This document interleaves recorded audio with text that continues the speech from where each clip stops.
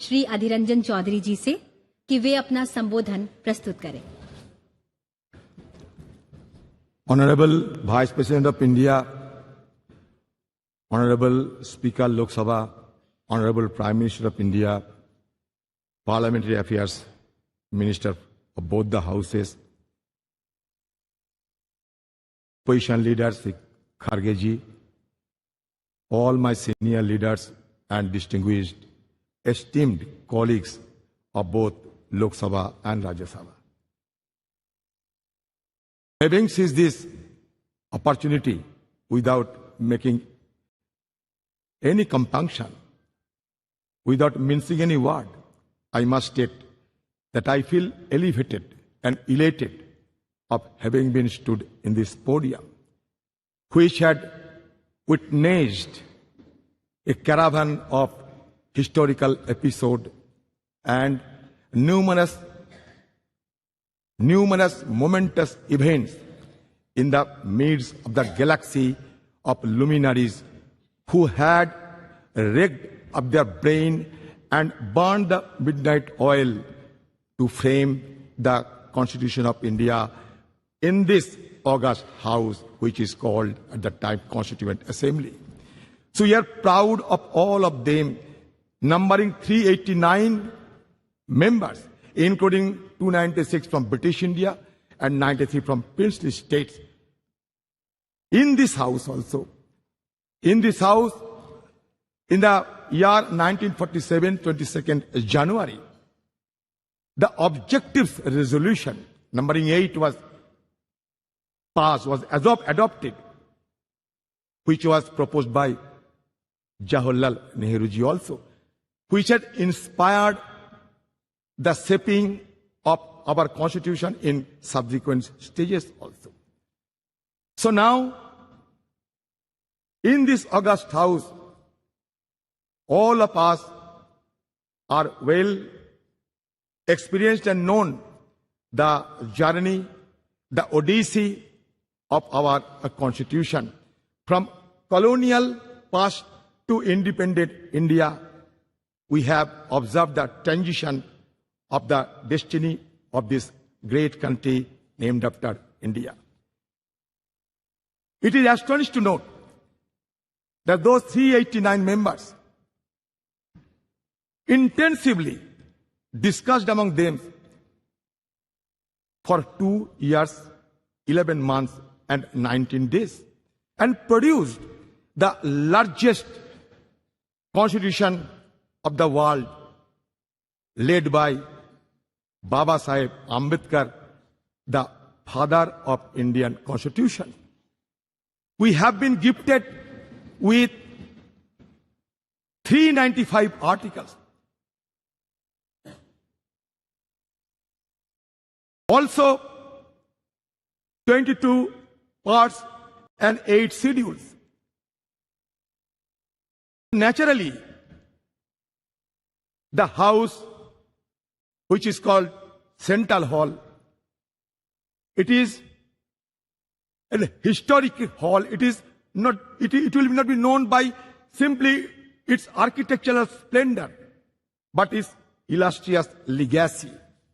Now I come to the point that our ability to attain developed nation status by 2047 hinges on the active involvement of our citizens and the unwavering dedication of their representatives. The groundwork laid in the formative years of our nationhood and also the subsequent years has empowered us significantly. However, we are confronted with intricate challenges that require immediate attention and resolution as we progress towards this objective. I do not have any idea of what is called and how a country to be recognized as developed country by any designation. I do not have any idea of any global consensus is existed or not, because when we see other developed countries, among the various key determinants, one determinant is always followed, that is Human Development Index. And insofar as Human Development Index, India has been lagging behind and we are ranked 131 out of 189 countries. At present, disconcerting reports reveal that the top 10% of India's population controls a staggering 77% of nation's total wealth. In 2017, a staggering 73% of wealth generated has reportedly gravitated towards the wealthiest 1%, while staggering 670 million Indians constituting the poorest half of the population saw their wealth increase by a mere 1%.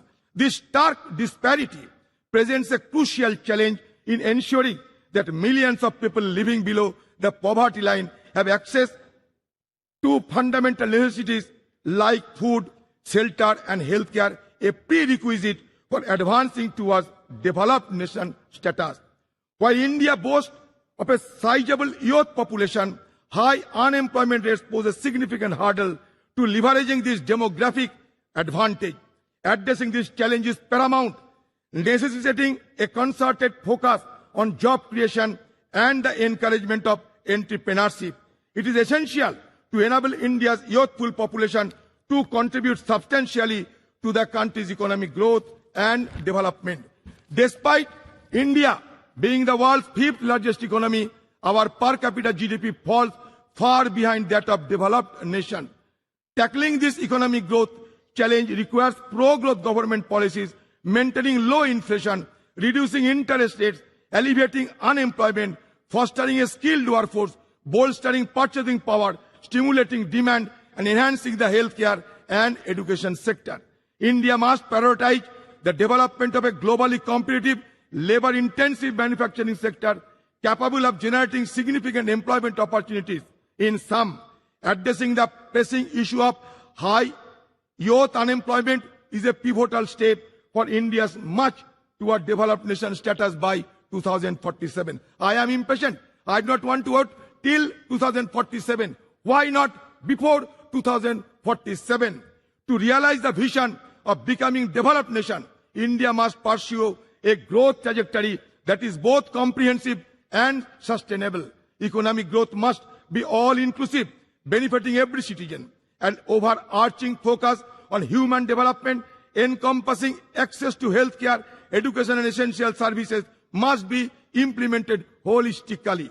The challenge of transforming India into a developed nation by 2047 are substantial, encompassing poverty, infrastructure deficit and environmental sustainability. By implementing a holistic strategy that encompasses infrastructure development, attraction of investment, enhancement of education, promotion of innovation, social welfare, environmental conservation, paying emphasis on manufacturing and integration of technology, India can pave the way for its emergence as a developed nation. It is only with unwavering determination, collective commitment that the country can realize this visionary goal and unlock its potential on the global stage.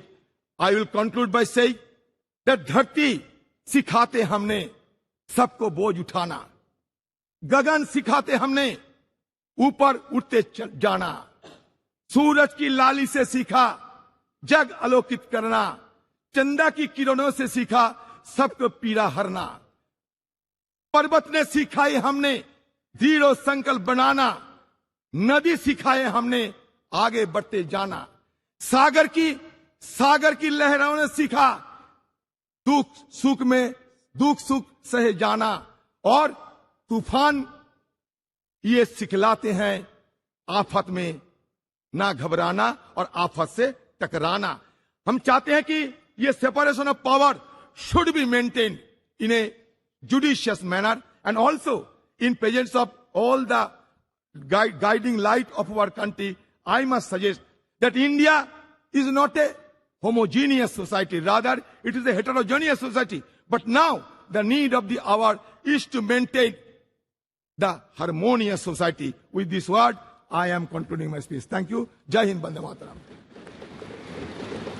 धन्यवाद sir. अब मेरा सादर आग्रह है राज्यसभा में सदन के नेता श्री पीयूष गोयल जी से कि वे अपना वक्तव्य प्रस्तुत करें.